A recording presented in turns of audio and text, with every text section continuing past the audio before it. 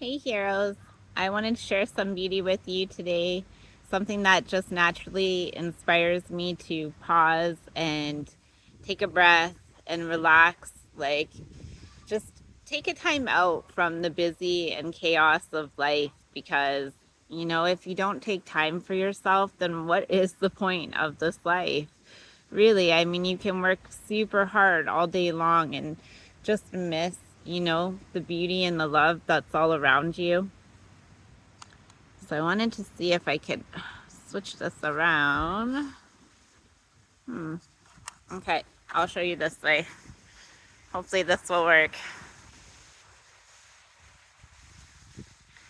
I'm finding it now more important, much, very important to take time to rest and to take time to, let's see, energize myself, to enjoy life a lot more. It's so easy to get caught up in the hustle and bustle and the go, go, go, and just forget to pause and enjoy life. I guess this is one of my favorite beaches. It's Port Burwell in Ontario, surrounded by trees that I love.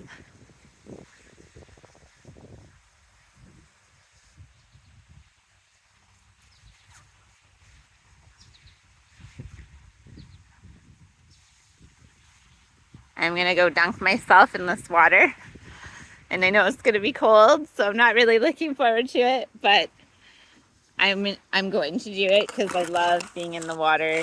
And there's like shadow or something on my screen.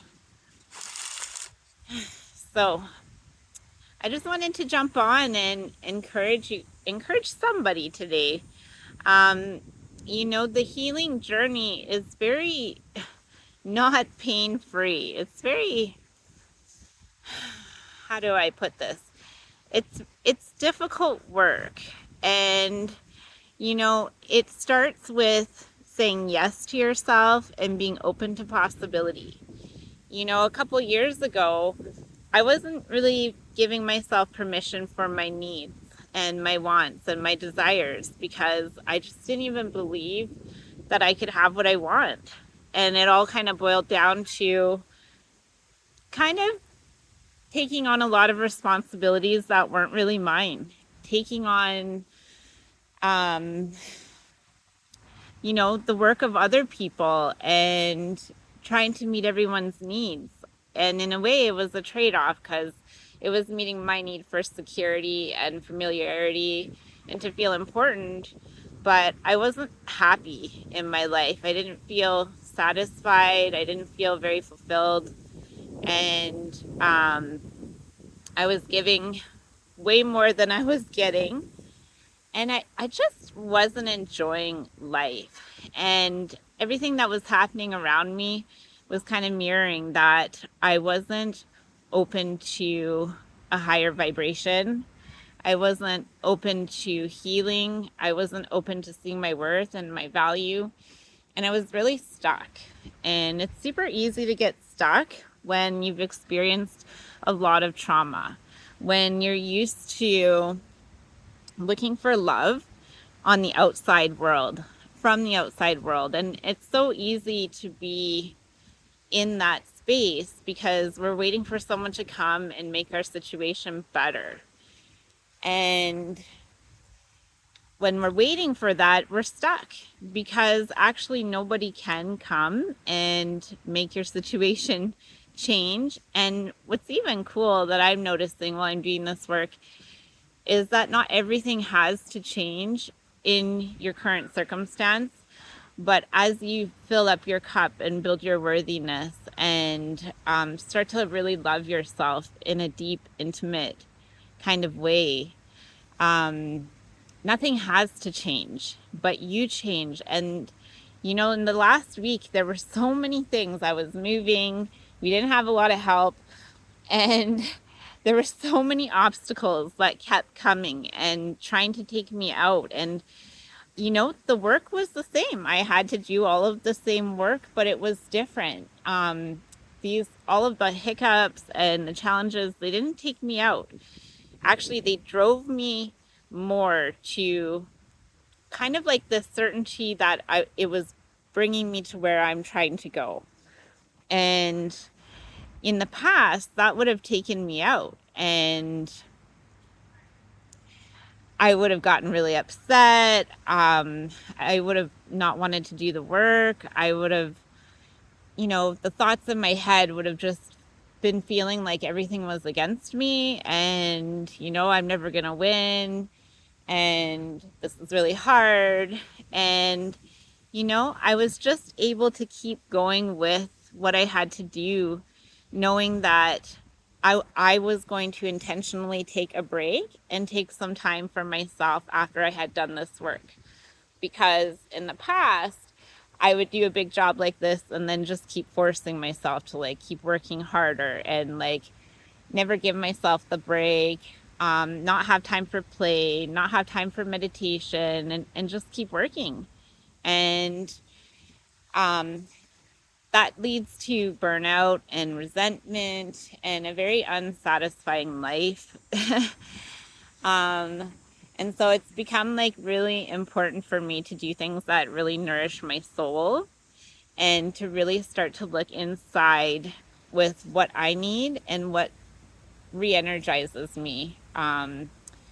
I had in the past, I've been looking for that energy and that love and my worth and my relationships, from my children, just from other people, from my bank account. And all of those things, those are markers of having this happy life. But, my circumstance isn't that great right now, but I'm enjoying the simple things. Like just looking at these trees is like freaking amazing to me. Looking at the beach, listening to my little 4-year-old tell me he loves me and just listen to him talk. I get to just take all of that in and enjoy it and take time out for me from this hustle and bustle of life that really is the hamster wheel. You can stay on the wheel as long as you want, and it won't benefit you. It won't serve you. And why do we sell ourselves for things that don't serve us? It really does come to conditioning, unprocessed trauma, and trapped emotions stuck in the body. Not knowing our worth really takes away from the pleasure of life. And it's hard because it didn't even start with you, and it's not your fault that we just experience the no, where we tell ourselves, no, we can't have this. No, this will never happen for us. And we get stuck there instead of allowing ourselves to see how it can happen and how it can be possible for us. And then even further from the how is like, how would I like to experience what I'm working towards? How would I like to feel on the way while I'm getting there? And that's kind of been the most exciting part for me, is like actually getting to enjoy my life, enjoy moments in my day, even when there's challenges and struggles. Because, I'm not going to sit here and tell you that you can do all this healing work and you can connect to your divinity and your soul and you can bring up your worthy level, and that means that life is not going to be difficult and you're not going to have challenges. You absolutely will. And when you're trying to move up in your worthy level, you're going to have all the things come at you that brought you down before, that you get to face and rise up. And it's a battle. It seems to be kind of a constant battle, but it doesn't get to take over anymore, because you get to just pause and tune into yourself, connect to your breath, and connect to the stillness of just something bigger all around you. And your energy starts to shift, and things start to shift in a way that you never thought they could. So for me, on a personal journey, this is one area that I've been kind of excited about. The wind is cold. um, After my sixth baby, I was over 200 pounds. I was taking antidepressants. I was very depressed. I didn't know that I was telling myself no to all the things that I wanted. And, the partner relationship that I had was reflecting that to me, was that I wasn't giving myself permission for my needs. And at that time, it was really painful. I had lost myself. Um, I didn't like the way I looked. I didn't like the way I felt. I was in pain all the time. I was depressed and I was feeling really hopeless in my life. And I just, was thinking, like, what is the point in all of this? I'm miserable. And I'd like to tell you that, I started with a mission statement of things that I wanted to create in my life. And one of those things that I wanted to create was to lose weight. I wanted to have a yummy mommy's body. Um, but I really didn't think that was possible for me. And yes, there were other things I put on my mission statement. that was just one of them. I didn't know that my weight loss journey was going to start even before I actually started doing the reps of going to the gym 3 or 4 times a week and eating differently, kind of taking out a lot of things from my diet. My weight loss journey actually started way before that. It was a couple years before, because where I wasn't even willing to try, because I had already given up so much hope that it was even possible for me. So I wasn't even willing to go to the gym. I didn't even feel worthy of going to the gym. I didn't want to be seen at the gym. I couldn't handle like the embarrassment of it. And I couldn't break the self-talk that was happening, where I would have felt so ashamed just to be seen from where I was in that current state, in that position of my life. So my journey actually started when I signed up for some inner child and shadow work, learning about nervous system regulation. And it really came after a breaking point of separating from my spouse and going from like this identity of being this mom to seeing my kids half the time. It was really actually very painful. And I didn't know who I was. And I couldn't be alone. Like, I just couldn't sit alone with myself. I started drinking a little more, partying a little more, picked up the smoking habit, which I'm still working on trying to break. But yeah, I was just really at a loss at that place. I didn't love myself. I didn't know I was worthy of love. And I was looking for love from everybody else, from life, from circumstances, to come and fill my cup. And I didn't know how to fill up my own cup and to just enjoy the love that was actually all around me that I wasn't open to seeing at the time. And so I started doing this healing work, and it didn't take right away. It actually took me a really long time. I had some really big walls built up, and my confidence was really down, and I couldn't take, I couldn't face a lot of my own shame. I couldn't sit with shame, and that is kind of an integral part of healing, is learning to sit with our shame. And when we do get to sit with our shame, we get to clear up some major misunderstandings about ourselves and about our life and about our experiences. And that is really one of the benefits of sitting with shame and feeling it. You grow, you level up, and you love yourself, because those shameful parts of you, you're no longer trying to mask. So, and you just accept. And they don't actually take over. You don't become, the thing you're scared of. You actually just learn to grow with it. It's kind of cool. So anyway, to get back onto my story, I didn't have, I couldn't sit with my shame, and I couldn't sit with where I was starting from.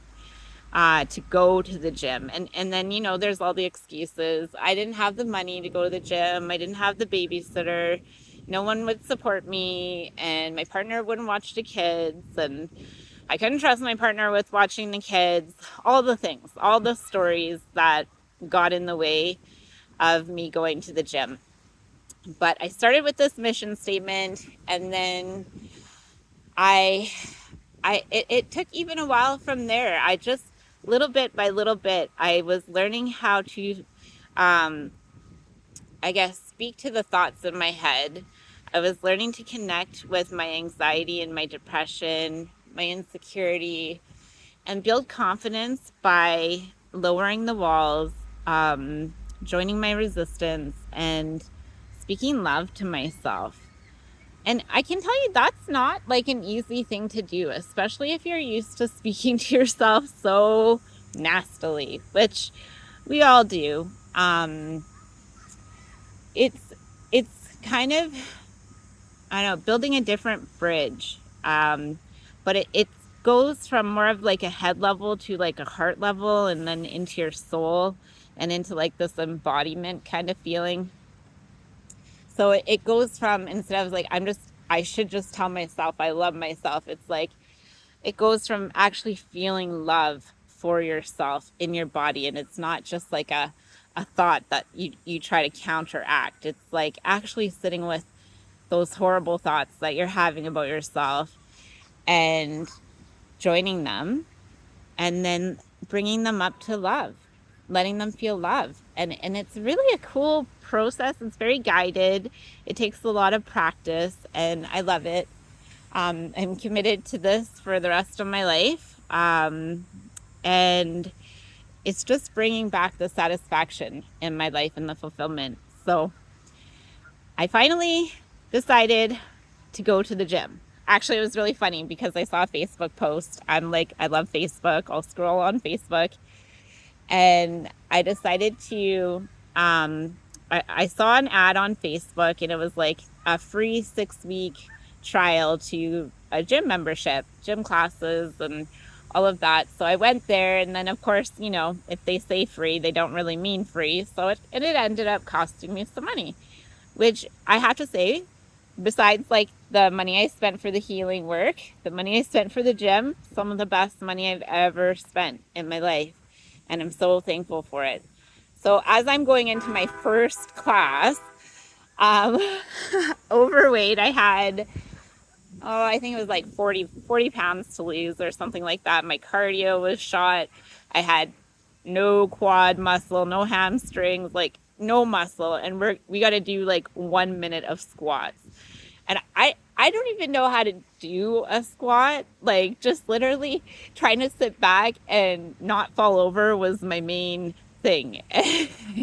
And here they want us to do like 1 minute of squats. And I'm telling you, those thoughts in my head, like, oh, you look horrible. I can't believe you let it go so far. Like, how could you be here? I had to, combat those thoughts with like, oh, I'm so proud of you for doing this. I know this is really hard. You're doing so good. And I feel that because the energy shifted for me, and I wouldn't have been able to keep going because, for one, you're in so much pain. Like, I wish I could tell you, yeah, weight loss is easy. Physically, it is exhausting and draining, and it hurts, and I experienced so much pain. But it was all worth it because, I was going into my classes, and it was like every challenge that I was facing, every new move, or, building the endurance for the exercise, I got to not only love myself while I was really sucking at the exercise, while I was learning the exercise, I got to just be like that coach in my head and be like, you're doing this is worth it, you can do it, I'm proud of you for being here, I'm proud of you. And in like 1 year's time, it was like to the point where it's like I went to the gym and I was just speaking so much love to myself, and so proud of like where I had started and where I had gotten to. But it didn't even become about weight loss anymore. It became about like really actually getting to connect to love for myself. Um, I got to feel love when I was feeling weak, when I was feeling like it was too hard. I got to just love on myself, and that's what built the endurance. And so it really became about, a sacred practice of connecting to myself and when it was a challenge, and also getting to connect to myself when it got easier. And then of course I had to be more challenged. So it really, it kind of is a cycle of, um, you know, where we start, we gain some momentum, and then we get a new challenge, and we get to level up even more. And like that is the journey of life. But we really get stuck when we don't start. And and why do we not start? Because we're telling ourselves no. It's too hard. There's all the excuses. I don't have the time. I don't have the money. Nobody will support me. And then there's fear, not knowing how it's going to go, what it's going to look like, what it's going to feel like. And so we don't start, or we're totally afraid of failure. And, I was in that place, and I'm so thankful for learning my worth and learning how to love myself. Even though it's a continual practice, it's not something we fully arrive at.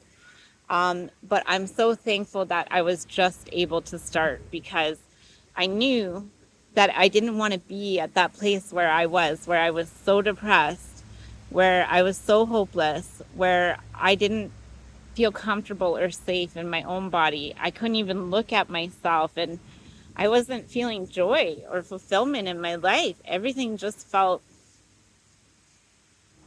I just, I knew I didn't want to stay there, but I just didn't know how to get out. And so I'm really thankful for the tools that I am now teaching, and guiding to people to help get out of that stuck place where it feels like you just can't get out. And, I don't have any titles. I'm not really book smart, actually. I like books, but when I was in my 20s, I would get all these like personal development books, and then I would read like a chapter, and then I would never finish reading it, because I was like reading the content and I'm like, this just sounds too hard. Like it just sounds too impossible.